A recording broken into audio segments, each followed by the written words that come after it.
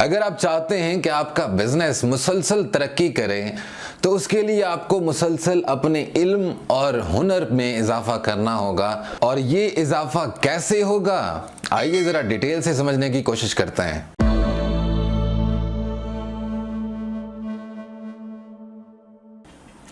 सबसे पहली बात यह है कि आम तौर पे हम लोगों में ये आदत है कि अगर हम में कोई प्रॉब्लम आ जाए, जैसे हमें अगर कोई हेल्थ का प्रॉब्लम आ जाए और हम डॉक्टर के पास जाने के बजाय कोशिश करते हैं कि पहले फर्स्ट एड खुद ही ले लें और डॉक्टर के पास ना जाना पड़े।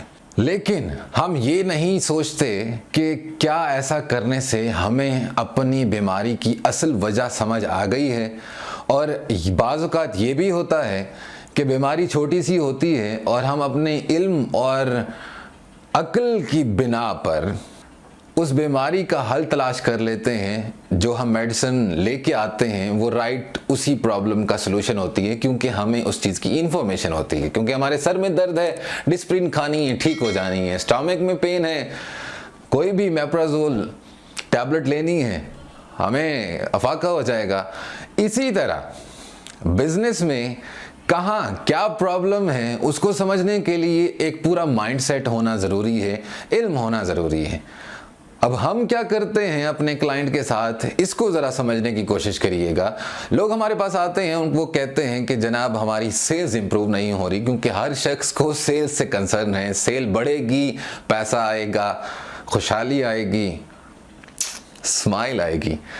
तो सेल्स कैसे इंप्रूव होगी? सेल्स इंप्रूव करने के लिए हम बिल्कुल एक सिंपल से स्टेप्स हैं जो फॉलो करते हैं। क्लाइंट से पूछते हैं कि आपके प्रॉब्लम्स क्या हैं, उनके बिजनेस की एग्जैक्ट रिक्वायरमेंट और एग्जैक्ट ऑपरेशंस को समझने की कोशिश करते हैं। जब हम ये समझ आते हैं कि इनके बिजनेस में क्या क्या प्रॉब्लम नज़र आ रहे हैं ज़ाहिरी तौर पे, यानी वो प्रॉब्लम क्या हो सकते हैं कि टीम कौन सी है, टीम को आता क्या है, ख़ुद को क्या पता है, टेक्नोलॉजी कौन सी इस्तेमाल कर रहे हैं, डाटा मैनेजमेंट के लिए क्या इस्तेमाल किया जा रहा है, और डिजिटल अपीयरेंस पे कितना काम किया है, क्या क्या ज़रूरत है, इसी तरह कैंपेन मैनेजमेंट पे कितना वर्क किया है, और कंटेंट क्रिएशन पे क्या हालात हैं कंपनी के। तो ये सारी चीज़ें हमें क्लियरली आइडिया दे देती हैं कि बिज़नेस कौन सी सिचुएशन में है, इसको मज़ीद ग्रोथ के लिए क्या चाहिए होगा। हम अपने क्लाइंट को वो डिटेल से नॉलेज प्रोवाइड करते हैं कि कैसे वो अपने इस प्रॉब्लम का सलूशन निकालेगा, क्योंकि निकालेगा कस्टमर खुद। पहले समझेगा कि उसकी नीड क्या है, वो नीड जब समझ आ जाएगी उसके मुताबिक फिर बजट बनेगा। बजट बनेगा तो फिर एग्जैक्टली आपको क्लैरिटी आएगी कि इस बजट में मैं क्या क्या अचीव कर सकता हूँ, कितने अरसे में अचीव कर सकता हूँ। अगर ये अचीव कर लूँगा तो फिर नेक्स्ट टाइम मेरा बजट क्या होना चाहिए। ये वन बाय वन आपको एक स्टेप से दूसरे स्टेप में लेके जाया जाता है। एक शख्स वो होता है जिसको बिजनेस अभी स्टार्ट किया होता है, उसको बिजनेस प्रोफाइलिंग करनी होती है। वो प्रोफाइलिंग उसके डिजिटल मीडिया प्लेटफॉर्म पे हो सकती है, वो प्रोफाइलिंग उसकी एक पीडीएफ फाइल में हो सकती है, वो प्रोफाइलिंग उसकी एक मैसेज में हो सकती है।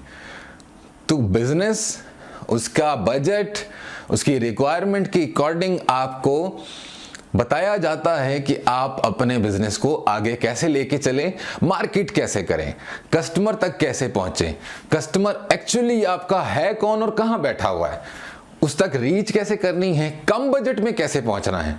क्योंकि कम बजट यानी मिनिमम बजट में मैक्सिमम नंबर्स अचीव करना ही कामयाबी है। क्योंकि पैसा लगा के, बहुत ज़्यादा पैसा लगा के आप अपनी सेल्स तो बढ़ा सकते हैं, लेकिन हो सकता है कि प्रॉफिट मार्जिन कम हो जाए, आपके एक्सपेंसेस बढ़ जाए। दूसरी तरफ हमें ये भी देखना पड़ता है कि हम इसको बजट के अकॉर्डिंग कौन कौन सी टेक्नोलॉजी का इस्तेमाल करवा सकते हैं, और टेक्नोलॉजी के इस्तेमाल के लिए ये शख्स यानी वो कंपनी ओनर जो हमारा क्लाइंट है वो कितना काबिल है, यानी कितना वो टेक्नोलॉजी अडॉप्ट करने की एबिलिटी है। अगर उसमें नहीं है तो किस में है, उसके एम्प्लॉय में है, एम्प्लॉय नहीं है तो एम्प्लॉय कैसा चाहिए होगा, उसकी हायरिंग एंड ट्रेनिंग पे काम करते हैं। जब ये पूरी एक टीम डेवलप हो जाती है तो उसके लिए हमें ज़रूरत होती है डाटा मैनेजमेंट की, क्योंकि टीम जब काम करेगी तो उसकी परफॉर्मेंस एनालिसिस भी करना होगा कि उसकी परफॉर्मेंस बजट के अकॉर्डिंग है कि नहीं। यानी टीम, फर्ज करें टीम 1 लाख रुपए ले रही है और वो कमा के 1.5 लाख नहीं दे रही, तो इसका मतलब है कि टीम हमें नुकसान दे रही है। तो हमें ऐसी टीम जनरेट करवानी पड़ती है अपने क्लाइंट की कि जो उसको बेनिफिट दे। बाज़ औक़ात ये भी होता है कि क्लाइंट को मार्केटिंग की जो कॉन्सेप्ट्स हैं, बेसिक कॉन्सेप्ट्स, वो भी क्लियर नहीं होते, तो उसके लिए हम कोशिश करते हैं कि सीईओ की या जो बोर्ड ऑफ डायरेक्टर हैं उनकी प्रॉपर ट्रेनिंग की जाए फर्स्ट फेज़ में, ताकि उनका माइंड बन जाए, उनको पता चल जाए कि हमारी रिक्वायरमेंट्स क्या हैं, हमारा बजट क्या है और क्या चीज़ें अचीवेबल हैं। फिर हम काम करते हैं उनके प्रोफाइलिंग पे, उनकी मीडिया प्लानिंग पे, उनके टेक्नोलॉजी एडॉप्शन पे, उनकी ट्रेनिंग्स पे। जब ये तरीक़ेकार बार बार किए जाते हैं तो उससे क्या होता है कि रेगुलर उस कंपनी की ग्रोथ में इजाफा होता है, सेल्स बढ़ रही होती है, टीम का नॉलेज बढ़ रहा होता है, सीईओ वो एक डायरेक्शन में और मुसलसल सीखने की कैपेबिलिटी में होता है, और जिन जिन चीज़ों को जब जब अडॉप्ट करना चाहिए तो वो सीईओ में कैपेबिलिटी एक आ जाती है,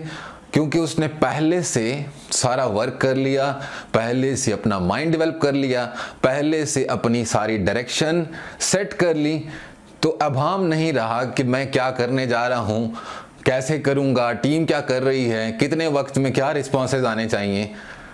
तो ऐसे सारे प्रॉब्लम, ऐसे सारे खदशात दूर हो जाते हैं, क्योंकि आमतौर पे ये होता है कि कोई भी छोटा बिजनेस है तो वो मार्केटिंग करने से पहले उसे अपने मार्केटिंग का पैसा खर्च करते वक्त ये डर होता है कि ये पैसा ज़ाया ना हो जाए, क्योंकि वो उसके लिए बड़ा अहमियत रखता है। कोई भी छोटा कारोबार है तो उसके लिए एक 10,000, 20,000 या 50,000 रुपये मंथली अपनी मार्केटिंग पे एक्सपेंस करके सेल्स जनरेट करना बड़ा टफ लग रहा होता है, जब तक कि वो सेल्स आना ना शुरू हो जाए।